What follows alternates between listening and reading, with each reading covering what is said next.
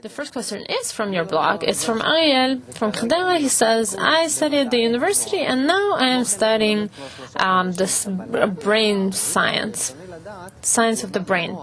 I wanted to know, what is the mind or the brain? What is it used for? Is there a use for it in spirituality? It's difficult to explain it.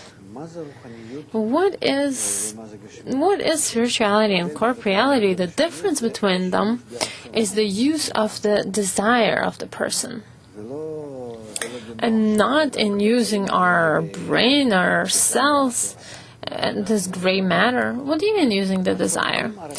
If my desire is directed towards me, for my benefit only, and naturally, this is how I'm built, this is how I was born, this is how I was developed, this is called corporeality. And if through some sort of a technique or special method, if I change myself, so that my thoughts and all of my desires, my qualities, my characteristics, everything that I am will be outside of me, will be for the benefit of others, then it will be spirituality. What about me? It doesn't matter what about you.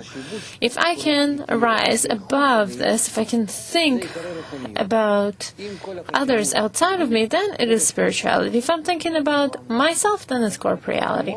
And what about the brain? How does it function? The brain has to help me perform these actions either for my benefit or for the benefit of the others. So this is the function, to actualize my desire? Yes. Well, but it's something that's not so great. Why? It serves you. But the brain, the mind, we perceive it as one of the most, the most important things in the body. Yes, we perceive it like that, but it's not correct. My brain, my mind is there to bring me to what I want. I want something, yes, and my brain helps me to get there. It finds my way to what I want. So first there's the desire, and then the brain shows me the road. So do I have to be smart? Do I have to have the mind to perform this transformation from corporeality to spirituality? No. But we study. Yes, we read. It's more correctly to say that we read to attract the upper force, this very unique activity, to change our inclinations. It turns my importance from myself towards others. So who is the one who is smart? What does it mean that I'm smart? Being smart means that you're transferring your intention from yourself to others, and then you start revealing a completely different life. Distances, harmony, everything. What do you mean by great wisdom, that he's revealing great wisdom? It means that he starts to see all of creation, how it's connected into one system, that it's eternal. And he is included in this as well, because he exited himself. He is not a small egoist anymore. And how does he have the mind to do this, to perceive all this? The mind, right away, grows according to the desire. Either he receives the desire from everyone, and then he has the mind of everyone. He begins to be as big as all of reality. So let's say that I'm stupid, I'm not smart, and somehow I came to the wisdom of Kabbalah. No, let's say that somehow I was even able to turn the focus from myself to others. Yes, because you were part of a group, you heard some text, but I'm still stupid. Yes, it doesn't matter. The upper force acted upon you from above, and it turned my view. Yes, it turned your importance from yourself to others, and now you're exiting towards others. So now that I become smart, you receive the mind and the emotions of everyone, all of creation. What's outside of you is the Creator, and you're revealing it. You thought that these were people, and now I'm exiting into this huge field of desires and thoughts, and that's the Creator. But you are already in this field, and you become, in your mind and in your emotions, you become like Him, like that. Okay, let's say two people go through this process. One, me, I'm the stupid one, and another one who is smarter than me.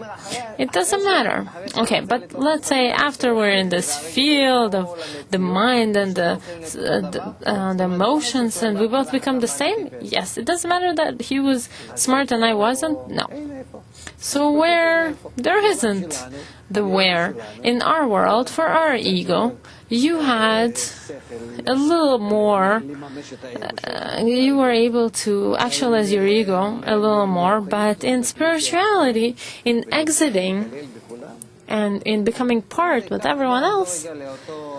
Okay, well, if this is so, let's go to this technology that turns me from thinking about myself into thinking about others. Why were so many books written by Ari, by Kabalast, and all these explanations, and so much wisdom, and so much detail? Why was it all written if all this doesn't go through the mind, through the brain? The switch doesn't go through it. When a person still hasn't exited himself outside and he reads books about Kabbalah, the truth is, if these are authentic books that were written by authentic Kabbalists that are connected to this force that changes me, makes me opposite to myself, then it doesn't matter what I'm reading. It doesn't matter how much I understand. What's important is that I want this change. And here we have an element of desire as well. Only this element. So what do I have to desire? What do I have to want? I have to want for the switch to happen from thinking only about myself to thinking that others are important. So to want this, the person has to be smart. No. Not the smart does not study. It's not correct. So how does he come to this conclusion? If he becomes he becomes part of a group and has a teacher, and then it acts upon him. But how does he even reach this window? No, because he has an initial point. So this initial point can awaken in someone who is stupid and someone who's smart? Yes, actually, these smart people, too smart, we call them the ones that are smart. Here they're actually smart in the darkness. These smart people are not so smart during the day. That's right. They don't come to the wisdom of Kabbalah because they think that they have enough wisdom to attain something. And the people who are just regular people, not special or anything, they come to the wisdom of Kabbalah and they incorporate within it, and it acts upon them, and they go through it. Not right away, but it takes a few months, but they become part of it. Okay, so let's summarize it. A person enters and starts studying the wisdom of Kabbalah. What does he have to do in his heart and his mind when he meets the wisdom of Kabbalah? Nothing. Just he has to keep his desire. What desire? To come to this, to come to a group, to study, to look at others, to become inspired by them, by the teacher, to belong to this as much as possible. Without enacting his corporeal brain, which he has been working with so far. If he wants to cross the mahzam, to transfer from thinking about himself to thinking about others, he shouldn't believe his mind. He should listen to what Kabbalists advise him to do.